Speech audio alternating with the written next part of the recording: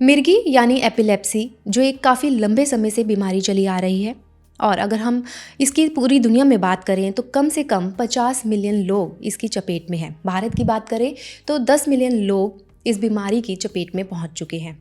मिर्गी के बारे में लोगों को जागरूक करना बेहद ही ज़रूरी है और आज इंटरनेशनल एपिलेप्सी डे मनाया जा रहा है। इसी के बारे में और भी जानकारी के लिए हम पहुंचे हैं डॉक्टर अनमोल सिंह राय के पास, जो एक न्यूरोलॉजिस्ट हैं। डॉक्टर साहब, बहुत बहुत स्वागत है आपका हमारे हेल्थ शो तंदुरुस्त आए नमा में। Thank you. डॉक्टर साहब, जैसे कि अभी मैंने ये कहा कि हमारे इंडिया में भी एपिलेप्सी मिर्गी से काफ़ी लोग ग्रस्त हैं, तो मिर्गी एक्चुअल में होता क्या है? देखिए, मिर्गी दिमाग की एक बीमारी है जिसमें व्यक्ति को बार बार दौरे आते हैं।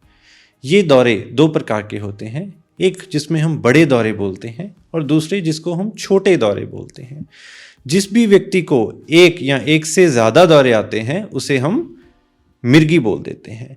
इसमें दिमाग के सेल की इलेक्ट्रिकल एक्टिविटी खराब होने से व्यक्ति को दौरे आते हैं। किस एज ग्रुप में ये ज़्यादा होने के चांसेस होते हैं? मिर्गी किसी भी एज ग्रुप में हो सकती है, नवजात बच्चे से लेकर बुजुर्गों तक। हाँ, लेकिन अलग अलग कारण होते हैं। जब नवजात बच्चों में दौरे आते हैं उसका कारण होता है ब्रेन में ऑक्सीजन की कमी होना। जब बच्चों में आते हैं तो उसमें यूजुअली अनुवांशिक या जेनेटिक कारण होते हैं। जवान लोगों में सिर की चोट, दिमाग का कीड़ा, दिमाग की इन्फेक्शन ज़्यादा कॉमन है, जबकि बुजुर्गों में दिमाग में क्लॉट आना, स्ट्रोक होना या ब्रेन हेमरेज होना इसके मुख्य कारण हैं। तो इसको हम पहचान कैसे सकते हैं? मिर्गी को पहचानना बहुत आसान भी है और बहुत मुश्किल भी है।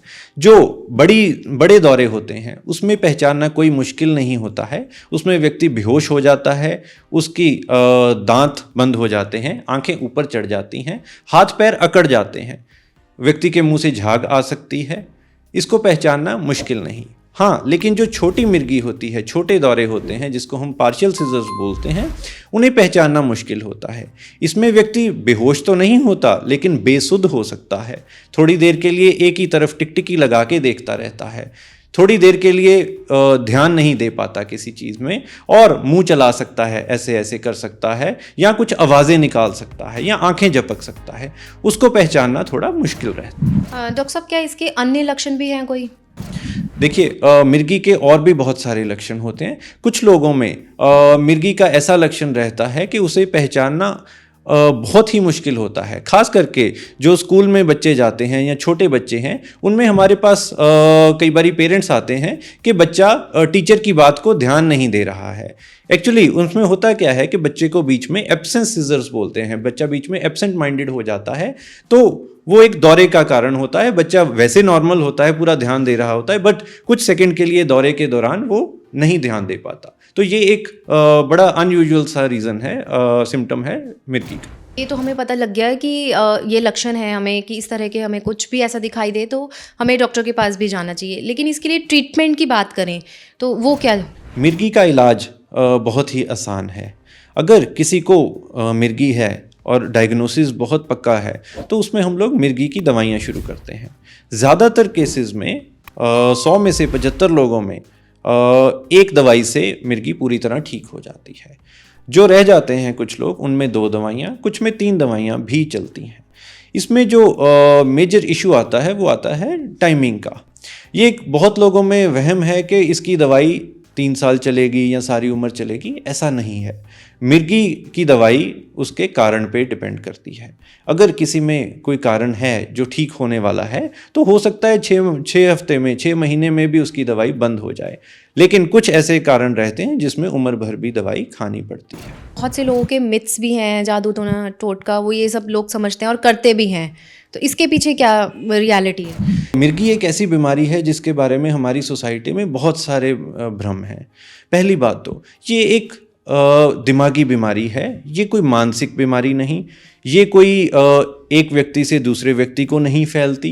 ये जैसे बाकी हार्ट की बीमारियां होती हैं, ब्रेन की बीमारियां होती हैं, वैसी ही एक बीमारी है। हमें इसे बीमारी की तरह लेके इसका जो भी इलाज संभव है वो कराना चाहिए। दूसरा, अगर किसी को दौरा आता है, तो उस समय लोग क्या करते हैं, जुराब सुंघाने लगते हैं। इस चीज़ का कोई फ़ायदा नहीं होता है। आमतौर पे ये दौरा जो होता है ये 3 से 5 मिनट तक चलता है, उसके बाद अपने आप ख़त्म हो जाता है। तो जब भी किसी व्यक्ति को दौरा आए तो आपको कुछ नहीं करना है, उसके पास रहना है, उसको कोई चोट नहीं आने देना है, उसको करवट में लिटा देना है ताकि अगर कोई मुंह में झाग है, पानी है तो वो निकल जाए, उसके मुंह में पानी नहीं डालना है। तो इस चीज़ से आप उसकी लाइफ को बचा सकते हैं। दूसरा, आपको मेडिकल ट्रीटमेंट लेना है, किसी वहम में नहीं पड़ना है। अगर हम फीमेल्स की बात करें, स्पेशली प्रेग्नेंट लेडीज़ की, उनमें अगर ये होती है प्रॉब्लम, तो उसमें क्या खास ध्यान रखना चाहिए? देखिए, एपिलेप्सी किसी को भी और किसी भी उम्र में हो सकती है। तो जाहिर सी बात है कि प्रेगनेंसी और प्रेगनेंसी से पहले भी लेडीज़ में ये दिक्कत आती होगी। उसमें बहुत ध्यान रखने वाली बात ये रहती है कि कुछ लोग प्रेगनेंसी से पहले या प्रेगनेंसी के दौरान इसकी दवाइयों को बंद कर देते हैं।